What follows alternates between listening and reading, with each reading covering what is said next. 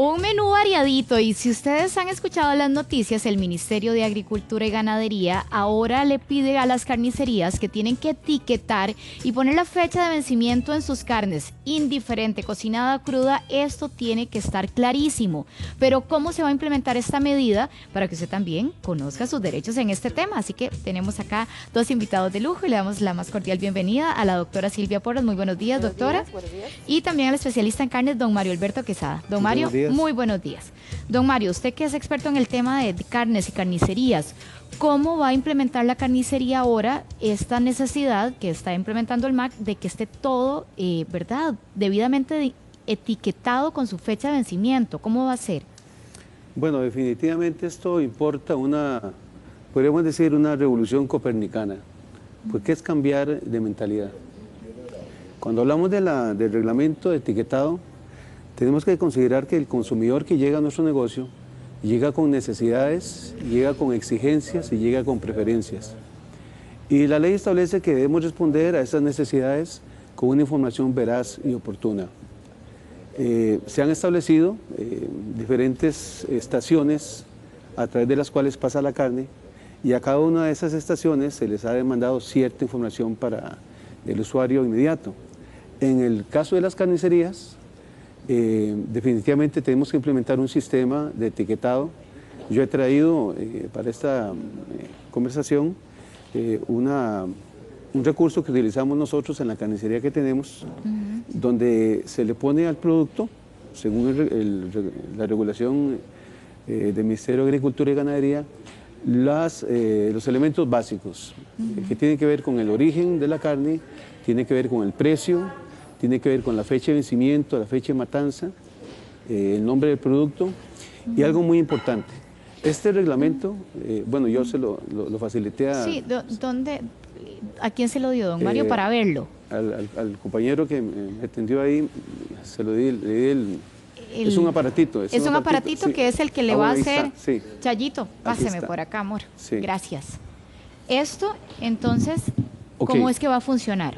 Para que nos quede claro. En primer término, decir que la ley prohíbe fijar o clavar algún rótulo al músculo, a la carne, y eso no se puede hacer. Si quiere, pásemelo a mí, don Mario, porque como esto tiene un brillito, depende de cómo se enfoque, parece como un espejo, entonces no se va a ver bien. Ahora, ya lo tenemos en pantalla, si gusta lo ve ahí, don Mario, para que nos explique. Ahí tenemos entonces, bueno, el nombre del negocio, ahí dice el corte, particularmente el caso de la molida, que es una de las preocupaciones que tiene el Ministerio de Economía, Industria y Comercio, se le obliga ahora al carnicero a indicar qué porcentaje de grasa tiene la carne molida. Y también aquí está, don Mario, la fecha de matanza y la fecha de vencimiento. Desde luego el precio por kilo. No se vale poner precios por medios kilos o por cuartos de kilo para crear una sensación de que es barato, sino que hay que ponerlo por kilo. También el proveedor de donde obtuvimos la carne. Y algo muy, muy importante es cómo debe ser mantenida la carne. Recordemos que en esto está de por medio el tema de la cadena de frío, que muchas veces se respeta desde la planta de cosecha o el matadero al centro del deshuese y luego a las carnicerías. Pero una vez que nuestro cliente llega al negocio y se lleva la carne, ahí hay una amenaza grande. Que quería reforzarlo con la doctora, justamente lo que usted dice, don Mario, porque desde esta matanza hasta que llega al comercio, doctora, ¿qué puede pasar ahí? Bueno, normalmente cuando se pierde justamente lo que estábamos hablando de la cadena de frío, es el ambiente más propicio para lo que es la propagación o para que crezcan las bacterias. Y sobre todo en alimentos que deben tener un gran cuidado para su mantenimiento. Y la cadena de frío es principal en las carnes. Sobre todo, ¿verdad?, mantenerlas a una temperatura adecuada precisamente para que las bacterias no la colonicen. Obviamente siempre van a haber cierta cantidad de bacterias, pero que no crezcan de una medida que nos puedan enfermar. Ahora, don Mario, una de las cosas prácticas que uno ve en ciertas carnicerías es que están exhibidas como en un gancho. Esto ahora con la nueva regulación queda por fuera. Sí, mire, en honor a la verdad, eso fue una forma de comercializar carne que ha sido paulatinamente erradicada El SENASA ha trabajado muy fuertemente en eso. Por lo menos en el centro de San José es muy difícil notarlo. No puedo decir en las zonas rurales, pero ha habido una concientización en ese sentido de que la carne definitivamente no se puede exhibir blindada. Recordemos que la ley persigue dos objetivos fundamentales. Número uno, la salud de la población, y dos, el tema de la buena fe para la protección del consumidor. O sea, le vamos a decir al consumidor cómo manejar esa carne, qué aspectos debe tener la carne para que la pueda comprar, pero también la ley es muy clara en uno de los principios que establece el reglamento, y es que no se puede poner ninguna información engañosa, ninguna información equivocada, ni siquiera una ilustración que le haga pensar a la persona que está comprando una cosa con ciertas cualidades cuando realmente no las tiene. Muy bien. Ahora, doctora, esto de la cadena de frío, ¿qué pasa con esa carne que pasó cierta cantidad de horas sin estar en refrigeración? ¿A qué me puedo exponer? Bueno, sobre todo los alimentos como tipo carne, y eso también incluimos también, a pesar de que estamos hablando de carne, los lácteos. Los lácteos también son alimentos de origen animal que también cuando pierden su cadena de frío, sobre todo aquellos que requieren refrigeración, pueden contaminarse. Entonces, va desde el punto de que se crecen ciertas bacterias, que hay una amplia gama de bacterias, normalmente las más frecuentes, sobre todo de la Escherichia coli, ¿verdad?, que empieza a crecer en los alimentos. Hay otros también como la listeria, que son dependiendo del tipo de alimentos, ¿verdad? Y también aquí, aparte de la carne roja, hablamos también de los mariscos y el pescado. El pollo también es, ¿verdad?, es un alimento que se puede, claro, que es muy fácil de contaminar. Entonces, cuando se pierde esa cadena de frío, inmediatamente las bacterias que están ahí empiezan a crecer, porque es un medio que a ellos les permite crecer. Cuando uno hace exámenes de laboratorio, y aquí tal vez es de la rama del microbiólogo, pero uno como médico conoce, cuando uno pone, por ejemplo, que usted tenga una infección de orina, yo cojo esa orina y la monto en unos platitos especiales para hacer cultivos, para saber qué bacteria es exactamente. ¿Qué pasa con eso? Que se mete a un medio caliente normalmente para que la bacteria crezca.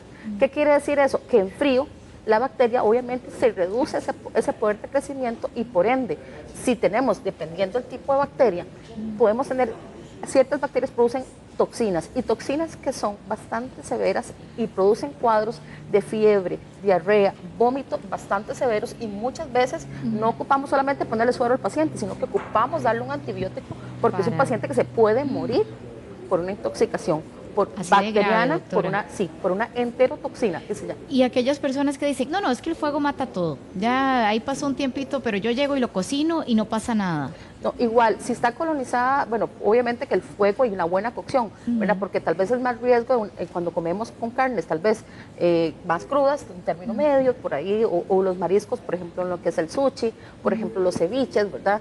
Sí, digamos que la cocción, claro, la cocción sí previene, obviamente, la enfermedad como tal, pero está la parte que si la cocinamos y si no la comimos de inmediato. Porque la carne es uno de los alimentos que uno debe preparar las porciones que usted se va a comer.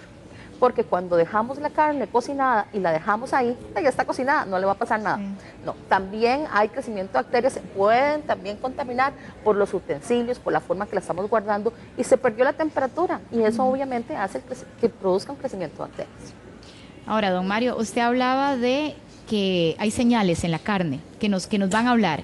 Una carne a punto de descomposición, ¿cómo la ve el consumidor? ¿Qué aspecto tiene? Primero el color, porque si es un color marrón oscuro, cambia el color, tirando a verdoso. El olor, desde luego, ya despide un olor muy particular, y la temperatura. Cuando el consumidor recibe la carne, puede al tacto sentir si está fría o no. ¿Si está calientica? No, ya indica que algo no anda bien. O la cadena de frío del lugar donde la compró no está bien, ¿verdad? Y aquí hablábamos con la doctora que necesariamente el consumidor tiene que educarse. A veces sucede que llegan al establecimiento, compran una carne en la mañana, luego se van a una cita a la caja del seguro, luego hacen un desayuno por ahí, y resulta que esta persona vive en Guapiles. Hijo de puya, la carne llegó a las 4 de la tarde y ya llegó en mal estado, y eso es gravísimo. Sí, también entonces, nosotros tenemos que cuidar la cadena de frío, don Mario. ¿Qué sería la solución? Bueno, si yo sé que voy a hacer varios mandados, dejar la compra de la carne de último, o en el mejor de los casos solicitarle al carnicero que por favor le ponga hielo dentro de la bolsita, que eso es un servicio que Muchas carnicerías mucho dan gusto se hace. para asegurarse que la cadena de frío no se rompa. Ahora, doctora, ¿cuáles son los síntomas cuando yo me intoxiqué por una carne en mal estado? ¿Qué es lo que manifiesta el paciente? Normalmente los inicios de los síntomas pueden iniciar hasta después, 2 horas después de haber consumido un alimento contaminado. ¿Qué síntomas? Normalmente náusea, vómito, diarrea. En algunos casos un poco más severos podemos tener obviamente fiebre y fiebre alta con un escalofrío y una apariencia, como yo le comentaba ahora a don Mario, una apariencia que usted ve a aquella persona está enferma, porque le cambia el tono de la piel, ¿verdad? Es un aspecto de la piel como terrosa y eso significa cuando el paciente está en un estado séptico o un estado infeccioso aparentemente grave ya o moderado a grave. Entonces, esos son normalmente los síntomas que se pueden dar. En algunas personas pueden ser otras cosas, como algunas erupciones en piel, pero normalmente son los malestares gastrointestinales, obviamente acompañado con dolor abdominal y es una sensación de un malestar terrible que de verdad la gente que se ha intoxicado con alimentos nunca se olvida de ese episodio. Ahora, doctora, si yo compré la carne, me la llevo y dice fecha de caducidad mañana, ¿puedo consumir esa carne? Si está bien conservada, sí. Porque volvemos está a la dentro de cadena la de fecha. frío. Sí, exactamente. Si yo vine, compré la carne, ¿verdad? La carne fría, me la empacaron bien o directamente me llegué a la casa y la guardé como debe ser, ¿verdad? Y la carne dice, bueno, vence mañana, si está bien conservada se puede consumir, no hay problema, porque está dentro de su fecha, ¿verdad? De tiempo que es consumible para el ser humano. Si ya sobrepasa la fecha, idealmente es mejor no consumirla. Ahora, don Mario, esa carne que usted la toca y está como resbalosa, como babosa que hablamos. Bueno, muy buena pregunta. Sí. Mire, esta reglamentación regula 5 formas de comercializar la carne. La carne cruda, la carne molida, la carne adobada, la carne marinada, la carne tenderizada y las vísceras. Desafortunadamente, existe la posibilidad de que la carne se inyecte, se le introduzcan mediante un sistema de agujas líquidos que están declarados en la ley como aditivos alimentarios. Esto significa que no son alimentos en sí mismos, pero que forman parte de un proceso, ¿verdad? Y hay personas que abusan de esto, el consumidor debe saberlo. La manera más sencilla de cuidarse es que si usted aprecia que hay un exceso de humedad en la carne, ya sea una carne molida en barrosa, unas chuletas que nadan en agua ahí en la bandeja, algo no anda bien.